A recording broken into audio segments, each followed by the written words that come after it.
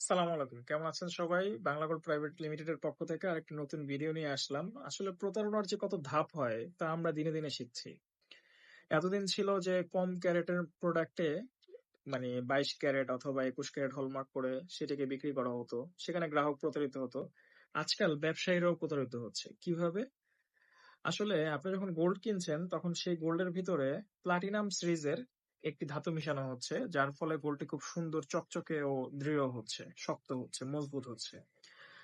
এটির atomic number 76 আর এটির নাম হচ্ছে অসমিয়াম। এই অসমিয়াম সহ গোল্ড যখন আপনি কিনছেন তখন আপনি যখন এই গোল্ডটিকে আবার গালাবেন, গালানোর সাথে সাথে এই অসমিয়ামটি উড়ে যাবে। আর এই অসমিয়ামটি উড়ে যাওয়ার ফলে আপনার গোল্ডের ওয়েট কমে যাবে। আর যখনই ওয়েট কমে যাচ্ছে, আপনি আপনার নির্ধারিত মূল্যের চেয়ে কম মূল্য পাচ্ছেন ওয়েট কমে যাওয়ার ফলে।